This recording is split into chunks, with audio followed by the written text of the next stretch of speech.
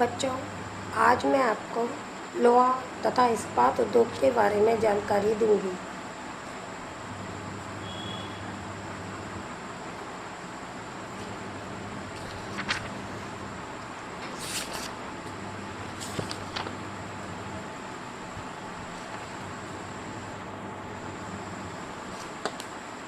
लोहा इस्पात उद्योग को वर्तमान सभ्यता का आधारभूत स्तंभ कहा जाए तो कोई अतिशयोक्ति नहीं है, क्योंकि अन्य उद्योगों में प्रयोग में आने वाली मशीनें, यातायात के साधन, रेल की पटरी, जहाज आदि वस्तुएं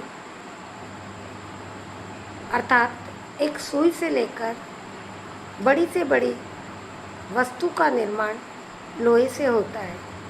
इसी कारण किसी देश की आर्थिक विकास तथा इस्पात स्तर पर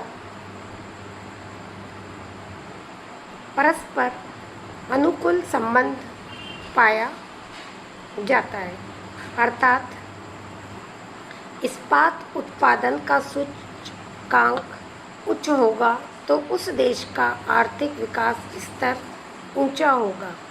उदाहरण के लिए अमेरिका में प्रति व्यक्ति इस्पात उपभोग 700 किलोग्राम तथा रूस में 530 किलोग्राम है, जबकि भारत में 14 किलोग्राम प्रति व्यक्ति है।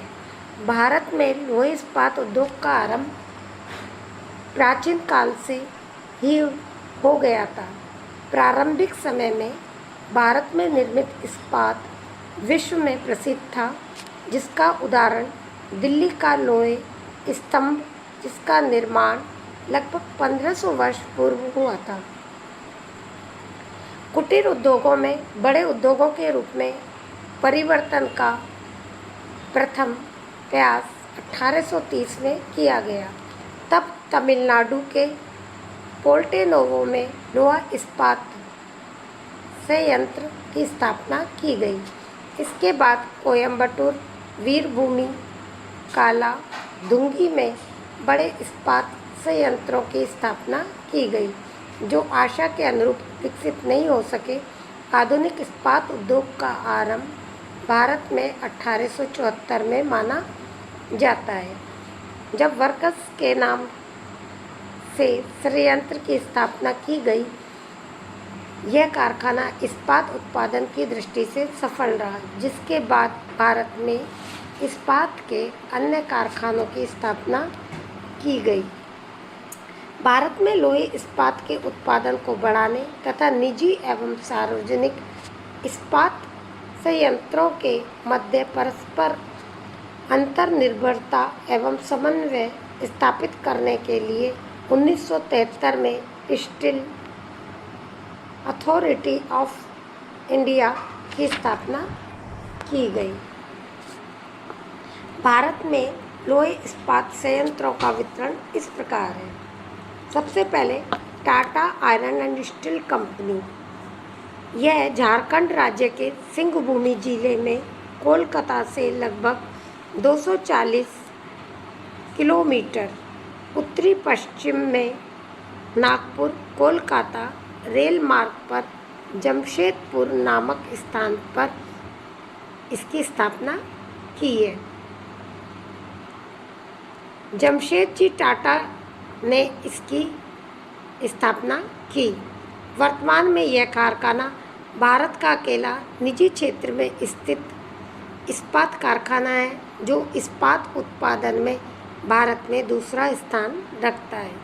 भारत में इस्पात उत्पादन का वास्तविक आरंभ इस कारखाने की स्थापना के बाद ही आरंभ हुआ था, जो आधुनिक तकनीकी द्वारा संचालित प्रथम इस्पात कारखाना है।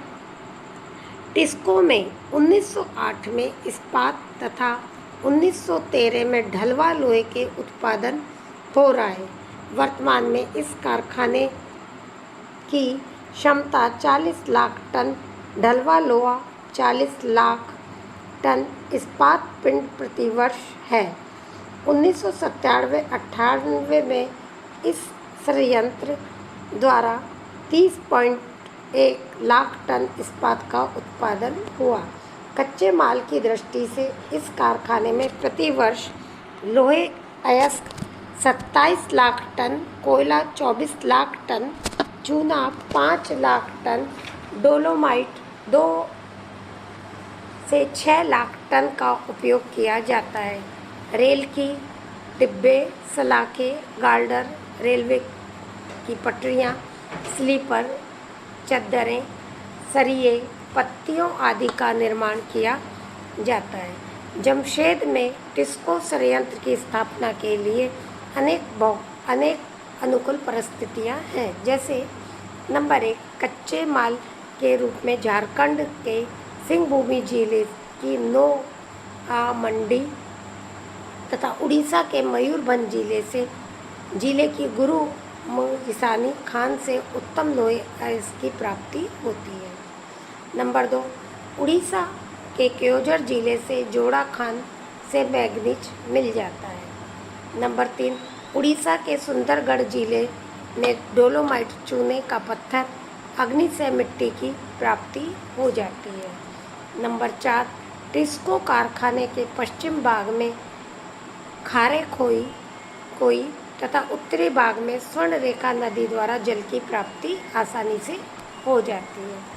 नंबर 5, झारखंड की झरिया तथा बोकारो से कोयले की प्राप्ति होती है। नंबर 6, झारखंड, बिहार, उत्तर प्रदेश, छत्तीसगढ़ से प्राप्त श्रमिक आसानी से मिल जाते हैं।